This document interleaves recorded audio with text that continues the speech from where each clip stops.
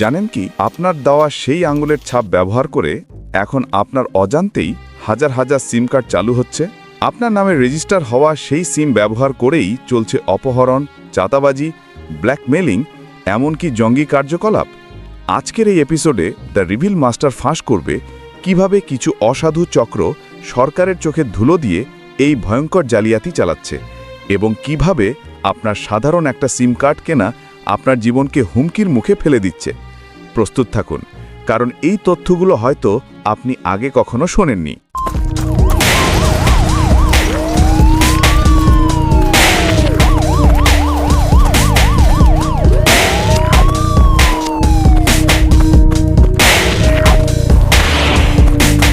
মূল সমস্যাটা কোথায়? বায়োমেট্রিক রেজিস্ট্রেশন শুরু হয়েছিল 2015 সালের ডিসেম্বরে, যাতে মোবাইল ফোন ব্যবহার করে অপরাধ কমিয়ে আনা যায়। কিন্তু আইন প্রয়োগকারী সংস্থাগুলো এখন স্বীকার করছে ফ্লপ, কারণ বাজারে এখন খোলাখুলি বিক্রি হচ্ছে অ্যাক্টিভ সিম, মানে এমন সিম কার্ড যা কিনতে আপনার কোনো ছবি লাগবে না, এনআইডি লাগবে না, এমনকি আঙুলের ছাপও দিতে হবে না। শুধু একটু বেশি টাকা ফেলুন আর পেয়ে যান অপরাধ করার জন্য সরকারের নজরের বাইরে থাকার 100% নিশ্চয়তা। এই সিমগুলোই এখন অপরাধীদের প্রধান অস্ত্র। আমাদের অনুসন্ধানে উঠে এসেছে ভয়ঙ্কর কিছু তথ্য। ক্রাইমের পর যখনই কল ডিটেলস রেকর্ড বা সিডিআর ট্র্যাক করা হচ্ছে, তখনই দেখা যাচ্ছে সিমটি রেজিস্টার করা হয়েছে এমন এক নিরীহ মানুষের নামে, যিনি টেরও পাননি যে তার পরিচয়ে আর একটি সিম সচল আছে। খুলনার শান্তিবাবু বা নরসেন্দির সেই লোকটির নাম ব্যবহার করে অপরাধীরা হয়তো এই মুহূর্তে শত শত মাইল দূরে বসে কোনো অপরাধ করছে। এই নিরীহ মানুষগুলোই এখন নিজেদের অজান্তে রাষ্ট্রের কাছে অপরাধী।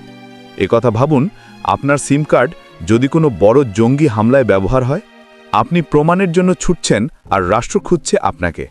কিন্তু এই ভুয়া অ্যাক্টিভ সিমগুলো তৈরি হচ্ছে কিভাবে? আমরা 3টি মূল পদ্ধতি খুঁজে পেয়েছি, যার সাথে সরাসরি যুক্ত রয়েছে মোবাইল অপারেটরদের ভেতরের এবং বাইরের লোকজন। প্রথমত, খুচরা বিক্রেতাদের দুর্নীতি। যখন আপনি একটা সিম কিনতে যান, তখন বিক্রেতা আপনাকে টেকনিক্যাল সমস্যার অজুহাত দেখিয়ে বারবার আঙুলের ছাপ দিতে বলে। আপনি হয়তো একটি সিম কিনছেন, কিন্তু আপনার অজান্তেই সেই ছাপ দিয়ে আরও 5-10টা সিম রেজিস্টার হয়ে যাচ্ছে আপনার নামে। দ্বিতীয়ত, লোভের ফাঁদ।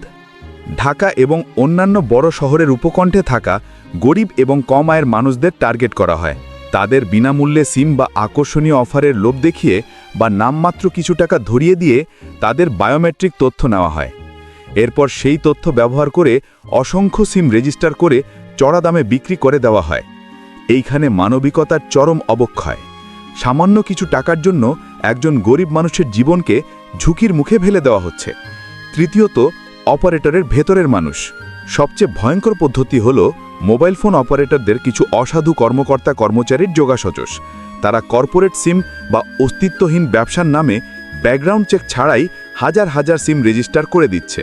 ডিএমপির ডিবি বা ডিটেকটিভ ব্রাঞ্চের কর্মকর্তারাও এই বিষয়ে প্রমাণ পেয়েছেন এবং সরাসরি অপারেটরদের কর্মচারীদের গ্রেফতারের ঘটনাও আছে। এই সিমগুলোই সবচেয়ে বেশি দামে বিক্রি হয়, কারণ এগুলোর উৎস সহজে ট্র্যাক করা যায় না। এই পুরো চক্রের সবচেয়ে বড় দুটি কেন্দ্র হল ঢাকার ফার্মগেট এবং পল্টন এলাকা।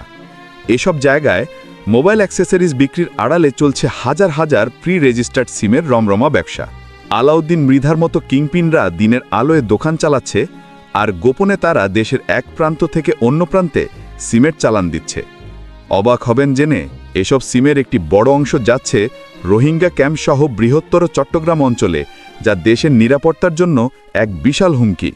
সরকার চেষ্টা করছে, মন্ত্রী মহোদয় এই জালিয়াতি বন্ধের কথা বলছেন, কিন্তু যতদিন পর্যন্ত না অপারেটররা তাদের নিজস্ব কর্মীদের ওপর পূর্ণ নিয়ন্ত্রণ আনছে, খুচরা বিক্রেতাদের কঠোর শাস্তি নিশ্চিত করছে এবং সবচেয়ে গুরুত্বপূর্ণ, সিম কার্ড কেনার সময় আপনি নিজে সতর্ক হচ্ছেন, ততদিন এই জালিয়াতি চলতেই থাকবে। মনে রাখবেন, আপনার দেওয়া একটি আঙুলের ছাপ, আপনার একটি এনআইডি কপি আপনার পুরো জীবনের জন্য কাল হয়ে দাঁড়াতে পারে। আপনি কয়টি সিম কার্ডের মালিক তা জানতে আজই আপনার মোবাইল অপারেটরের কাস্টমার কেয়ারে যোগাযোগ করুন বা নির্দিষ্ট কোড ডায়াল করে জেনে নিন। আপনার নামে অতিরিক্ত কোনো সিম পেলে দ্রুত সেটা বন্ধ করুন। এই সচেতনতাই পারে আপনাকে এবং আপনার পরিবারকে এই ভয়ঙ্কর অপরাধ চক্রের হাত থেকে বাঁচাতে। দ্য রিভিল মাস্টার চায় সত্য সবার সামনে আসুক। ভিডিওটি যদি মনে হয় জরুরি তবে শেয়ার করুন সবার সাথে।